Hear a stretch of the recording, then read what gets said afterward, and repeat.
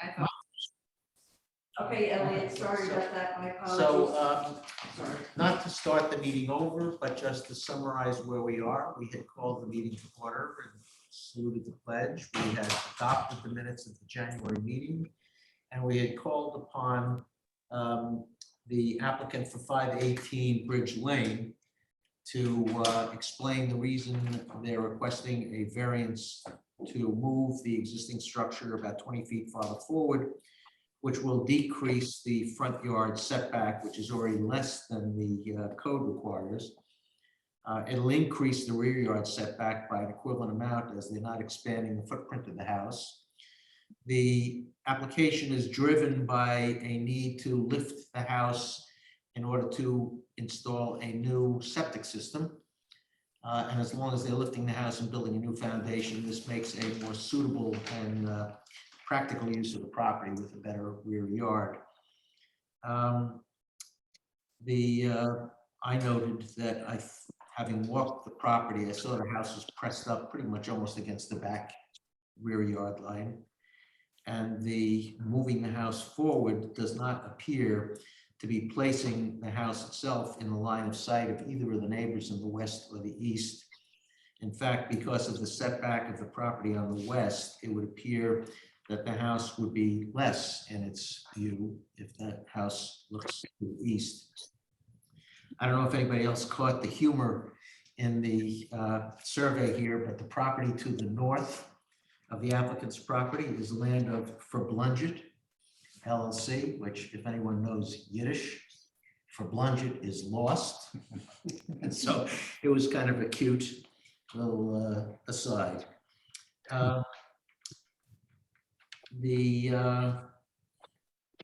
guess the question I had here is seeing the structures in the front yard for I guess that's for the septic system, LGX and all those. Yes. Are those projecting above grade? Is that, or are they? No, but it's a good point, though. We will need to keep them from being above grade. We will need to build up the grade a bit there. I think it's about a foot or so. Once again, this all goes back to this high water table. From what I'm understanding now, talking to some builders and have been working in the area, that's a problem in that whole area of Bridge Lane, the high water table. Even folks that aren't in the FEMA zone, and this isn't in the FEMA zone, are having issues with that. Well, that was my question. Is your neighbor to the west had to install a huge dewatering system to put in his foundation. Yeah. Are you going to need to do something to do that? Right now, we do not think so. I mean, we're probably not going to really know for sure until we actually start the excavation, but it looks like we're going to be just like our footing's going to be about maybe a foot above the water table. So we're probably not in this bad a position as the neighbor. That's not much. Yeah, I mean, it is something. Because he put in like a pool. Yeah. And then the water got pumped and it ran 24/7 for 3 or 4 months maybe before they could pour the concrete. It's an excessively deep basement. Yeah. Oh, their basement, because Yeah. they probably have a lot of It's habitable excessive. space in it. It's an Yeah, excessive ours is basement. not going to be, we're looking like, we'll be happy if we can get 8-foot walls in the basement. Yeah. It's not like one of these things. I mean, in other bigger houses, I've done 12-foot basements. This isn't a 12-foot basement house. Yeah. Okay. The Fuji unit, Yeah. that's above ground. I know that's below ground. That's too. also below ground? Yeah, what you'll see is you'll see the little green hatches that Yeah. they use for service it, but that's the only Is that part. the state of the part art septic system Fuji right now? I'm sorry. That's the septic system, right? The Fuji. Yeah, Is that that's the the state of ID the art? system. Yeah. Yep. And we did get the health department approval for this already. So part of the reason I asked about above ground structures there is though, even though the house itself is not architecturally an historic structure, it is within the heart. Is it cited in the Sagaponic? Oh, it's not? Okay. I don't know. I didn't think so. I think it's only homes on Main. Well, I don't believe the house individually is cited. It may be a contributing structure to the historic district. This is the historic district it's in. But nonetheless, it is historic. And it's historic in part because I just learned that it was actually owned by someone of some importance, which the people more knowledgeable than I will comment on in a few minutes.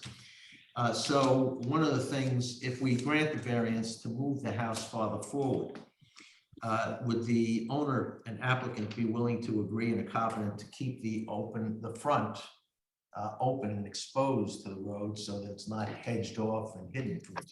Yeah, I think she'd be very agreeable to to that. And, you know, one of the interesting things is usually when I'm doing projects where we're moving a house, we're trying to move it further away from the street, you know, to get more screening or whatever. You know, in this case, it's more important for her to have that rear yard, and I'm sure she'd be fine with that. We prefer the openness in Sagaponic. In fact, we have moved historic houses closer to the road on Hedges Lane and elsewhere. And usually they are accompanied with a covenant to keep it visible to the public for that reason, the openness and not being hedged in and leave the open views. Now, John or Marilee, you want to comment? Marilee speaks better, so. No, go ahead, knock it out of the park. Seriously? Yeah. No, I just know that it's But a. what I've heard, okay, and I wasn't there, but Secretary of State Seward's son bought the Glebnikoff house, which used to be across the street, moved it over. And then after that, Hyde bought it, and Hyde's the first person that's on this list of the historical owners back to the early The chain. 1900s. But I guess it was Hyde, but it might have been Seward needed some kitchen help. So he built that little house for his kitchen help. And that property of Hyde, which later became the Russian family, the Glebnikoffs, was one piece of property from Sag Main Street down Bridge Lane to this little house. And I'll bet it always was a little house on a little bitty piece of property, because it was only for the maid as a place where she could leave the house and go there and, you know, sleep. And eventually they sold it to somebody else. It's listed in the paperwork. Kind of an unrelated question, which is when a old home like this is, you know, there's going to be excavation on the property, does anybody go treasure hunting after, like, looking for interesting historic relics? Did they ever, I'm just curious, I know a lot of people. It's a great question really because curious. I'm laughing because I've done a lot of these projects where we're lifting houses and putting in new foundations. I think in maybe 10 or 15 projects like this that I've done, I think the best we've ever found are like some pipe fragments and, you know, old bottles. No, there's, unless, you know, the excavators are getting there before I am and taking the very gesture, there's nothing. Yeah, and I just meant more, like, we've just found really interesting things in some of our farm fields where old homes maybe once stood. Yeah. But you're right, I mean, they're mainly of interest just because of their age, not because there's any value. Yeah. So like half dimes. Yeah, you know, you know, kind of buttons, nails, a yeah. lot of things like that. Will be through the property of pottery. Any other questions, comments? Anyone else here in the audience? Is there anybody online who's? We Who do would have say somebody named, what goes by BAIDE, and Lisa Thayer and our attorney. Okay. I just have one quick thing. I'm sorry. My issue is, there's no issue, but the septic system, I just want to understand this. So it says down here, typical septic site section, not to scale. So is this septic system going to be smaller than you would normally do? Or is it going to be, it obviously has to be the code. Yeah, it will be to code for the number of bedrooms, which I'm sorry, I forgot how many bedrooms were applied for here. The diagram is mainly just to show the angle of the waistlines, I believe, and that's you know, the elevation of the components relative to sea level. And then when you get rid of the old cesspool, there's a standard to getting rid of that too. Yes, there's a procedure how that gets rid of, how you take that out. Frankly, I can't give you the details on that myself, but they're kind of. Well, that's overseen by you, correct, John? It's going to be overseen by the excavating contractor that does it. They are licensed by the Department of Health to abandon septic systems. It has to be pumped down, it has to be visually inspected. The Board of Health will then determine if you need to excavate more soil from underneath the old septic system and bring in clean sand. And the system itself is not that much bigger than a conventional system. The Fuji Clean box is a little longer, but it's skinnier, but the leaching galleries are all still the same as a conventional setup. Yeah, the only reason why I mention that is because the front of the property is going to be real close to the road. So. Also, the retaining walls, could you explain the purpose of that? Sure. And the height? It looks like they're only about a foot high. Yeah, they're only about a foot high, and that was, that once again is being driven by the septic system and containing that. I can't really, I don't. No, this is the septic is, the surveyor is my engineer on this, and I probably can't explain the reasoning as good as he can, but I mean, basically you need a certain amount, like we talked about, a certain amount of fill on this to make sure that the system is not visible above grade. So that's where that retaining wall would come in. But as you noted, it's only going to be about a foot tall. So if I understand it correctly, then the elevation of the road itself is between 10 and 10.5 feet above sea level. Correct. The soil level on the property will be at the top of the retaining wall will be 12 feet. So it's only about 1.5 feet above the street grade Right. at the point behind the retaining wall. Right. Then it slopes up gently towards the house itself. I guess so there won't be runoff on the road, et cetera, if they're raising the elevation. Yeah, You pretty need a flat. minimum separation between groundwater and your leaching pools. You need- So in order to do that, you have to elevate the leaching pool up artificially, which will then be a mounted system. But we're going to have to talk about planning board and that retaining wall and everything else. We'll do that right after the meeting. Okay. I have a question about it says proposed driveway. Mhm. Is that going to be that seemingly large area that goes in and turns to the west up to the house? I don't think it's when we do the final layout out of that, it's going to come right up to the house the way he's kind of indicating it there. There is actually no driveway at all on the property now. It's just a lawn. So we do want to get a little area there for parking. And it can't go. It of course can't go on the over the septic system. It has to go off to the side there. Right. John, will they need additional space for additional cars? Yeah, that means. They will. Yeah. I haven't seen a full site plan on it, so this gentleman may be back here. That's what I was gonna say, is that he's Yeah. coming back. Your required parking can't be in a required front yard, you're gonna have the septic system, so I never saw a full site plan. So all I could do was cite the area dimensions that they requested for their setback, which we worked with them a little bit to move it a little bit more forward. So you would not need a variance for the rear yard. Their rear yard is now falling under the administrative relief in our code.